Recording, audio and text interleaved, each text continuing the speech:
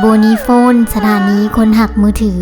สบายดียินดีต้อนรับทุกท่านเข้าสู่รายการเว้าจีนให้เป็นจริงในคลิปนี้พวกเราจะมาเรียนการใช้คำว่าเสียงเจ๋อเต๋อและการเจ๋อมาเริ่มจากคำว่าเสียงก่อนคำว่าเสียงถ้าใครยังจื้อบ่ได้คำว่าเสียงเขียนแนวใดให้คิดภาพเอาคำว่าต้นไม้ออกเสียงว่ามู่และคำว่าดวงตาออกเสียงว่ามู่มาไว้น้ำกันก่อนคิดภาพมีคนนอนเอื่อยต้นไม้แล้วมื้นตาอยู่เพราะว่ายังกำลังคิดเรื่องใดเรื่องหนึ่งนอนบ่หลับเวลาเฮาคิดก็ใช้ความคิดระดับจิตใจคำว่าหัวใจเขียนไว้ทางกล้องกลายเป็นคำว่า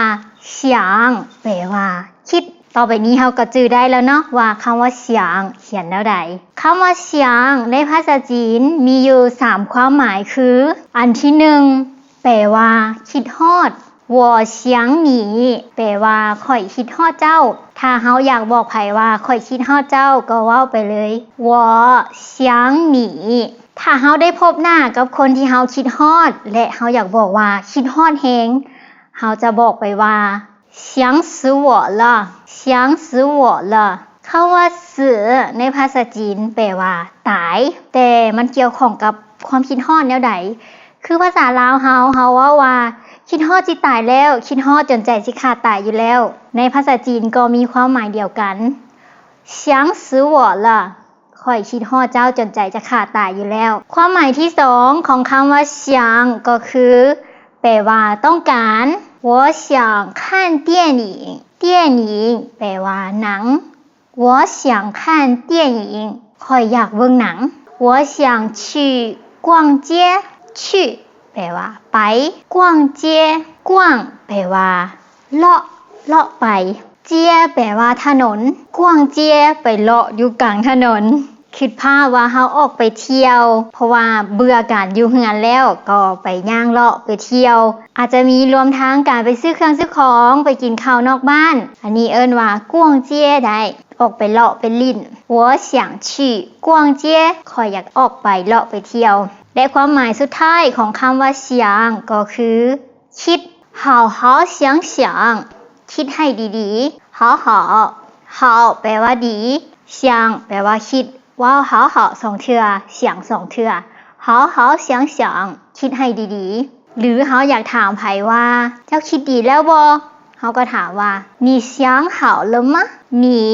想好了吗เจ้าคิดดีแล้วบ่你想好了吗ถ้าเขาเจ้าคิดดีแล้วเขาเจ้าก็จะตอบว่า想好了想好了คิดดีแล้วคำต่อไปคำว่า觉得คำว่า觉得ในภาษาจีนมีอยู่2ความหมาย1คือรู้สึก2คือแปลว่าคิดการใช้คำว่า觉得ที่แปลว่ารู้สึกก็คือ我觉得很累我觉得很累แปลว่าค่อยรู้สึกเมื่อย很แปลว่าหลาย累แปลว่าเมื่อย我觉得很累ค่อยรู้สึกเมื่อยหลายและอันที่2ที่แปลว่าคิด我觉得可以ถ้าใครเคยเบิ่งรายการ The Rap of China เขาจะเห็นนักแรปมืออาชีพที่ไปคัดเลือกเอานักร้องรุ่นใหม่กรรมการจะเว้าอยู่ตลอด我觉得可以我觉得可以แปลว่าค่อยคิดว่าใช้ได้可以แปลว่าใช้ได้我觉得可以หรือว่า我觉得不行我觉得不行ค่อยคิดว่าใช้บ่ได้บ่เป็นตาคัดเลือกเอาคนนั้นผู้ชิงแปลว่าชิงแปลว่าได้ผู้ชิงใช้บ่ได้บ่เอาแหละคนนี้我觉得不行หรือ我觉得普通แปลว่าธรรมดา我觉得普通ก็ธรรมดาบ่ได้มีหยังพิเศษหรือเฮาอยากถามว่าเจ้ารู้สึกแนวใดเจ้าคิดแนวใดเฮาจะใช้คำว่า你觉得怎么样你觉得怎么样แปลว่าแนวใด你觉得怎么样เจ้าคิดว่าแนวใดเจ้ารู้สึกว่าเป็นแนวใดค ำว่า觉得คือคำที่เราจะได้ยินอยู่เรื่อยๆในภาษาจีนเมื่อเวลาต้องการแสดงออกในความคิดเห็นต่างๆ觉得จะมีความอารมณ์ปนกับเหตุผลอยู่พอสมควรแต่มันจะบ่หนักแน่นเท่ากับคำว่า认为我觉得这样我觉得可以我觉得不可以แสดงว่าค่อยคิดว่าได้ค่อยคิดว่าบ่ได้คิดออกมาแบบไวๆเราจะใช้คำว่า觉得และคำสุดท้ายคำว่า感觉คำนี้เป็นความรู้สึกล้วนๆถ้าเราอยากบอกว่าเรารู้สึกหนาวเราก็บอกว่า我感觉很冷我感觉ค่อยรู้สึกว่า很แปลว่าหลาย冷แปลว่าหนาว我感觉很冷ค่อยรู้สึกหนาวหลาย我感觉到了我感觉到了เต้าแปลว่าฮอดหรือว่าถึงการเจ๊เต้าก็คือรู้สึกได้ถ้าเราจับชีพจรแล้วรู้สึกว่าเต้นมุบ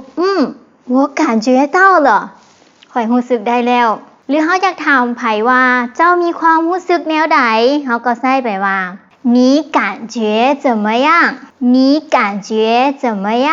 เจ้ารู้สึกแนวใดเจ้ารู้สึกกับเราแนวใด你对他有什么感觉你对他有什么感觉对แปลว่าต่อกับ他แปลว่าเรา有แปลว่ามี什么ยัง感觉ความรู้สึก你对他有什么感觉เจ้ามีความรู้สึกต่อเราแนวใดหรือว่าเจ้ามีความรู้สึกอย่างต่อเรารู้สึกหักรู้สึกบ่หักรู้สึกสังรู้สึกบ่สังรู้สึกเฉยๆ没有什么感觉รู้สึกเฉยๆซื่อๆบ่มีความรู้สึกหยังทั้งหมดนี้ก็คือตัวอย่างของการใช้คำว่า想觉得และ感觉หวังว่าจะเป็นประโยชน์ให้กับผู้กำลังเริ่มเรียนภาษาจีนบ่หลายก็น้อยถ้ายังมีคำถามสามารถฝากคำถามเข้ามาได้ก่อนจากการอย่าลืมกดไลค์กด Subscribe และกดแชร์ให้หมู่เพื่อนของทานได้ติดตามนำกันขอบใจที่ติดตามบ๊ายบายใจเจียน